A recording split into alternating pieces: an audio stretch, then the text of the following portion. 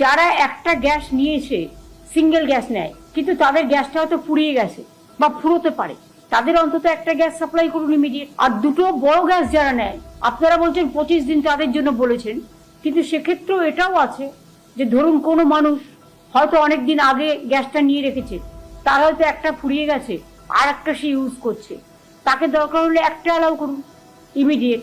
আপনারা যে সাপ্লাই করবেন গ্যাসগুলো, দরকার হলে আমরা গ্রিন চ্যানেল করে দেবো, যাতে গ্যাসগুলো সাপ্লাই ঠিকমতো এলাকায় এলাকায় হতে পারে। আপনার কাছে কত স্টক আছে, আপনি কত সাপ্লাই করতে পারবেন, কত সাপ্লাই করছেন, ডোমেস্টিক যাতে কোনো অসুবিধে না হয়, ছোট ছোট রেস্টুরেন্টের যাতে কোনো অসুবিধে না হয়, আইসিডিএস এর সেন্টারে কোনো অসুবিধে না হয়, টুরিস্ট সেন্টারে অসুবিধে না হয়, এই দিকটা আপনারা প্রায়োরিটি দিন।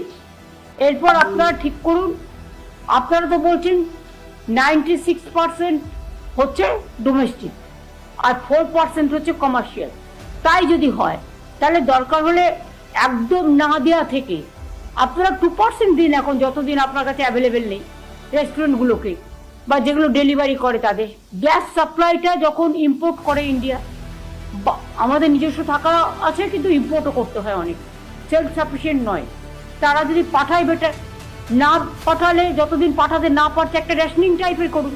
কেরোসিনের সাবসিডিটা আপনারা, কেরোসিন গ্রামের লোকেরা স্টোভে অনেকে রান্না করে, আপনারা তো রেশনে এখন 75% কমিয়ে দিয়েছেন, 25% পায়।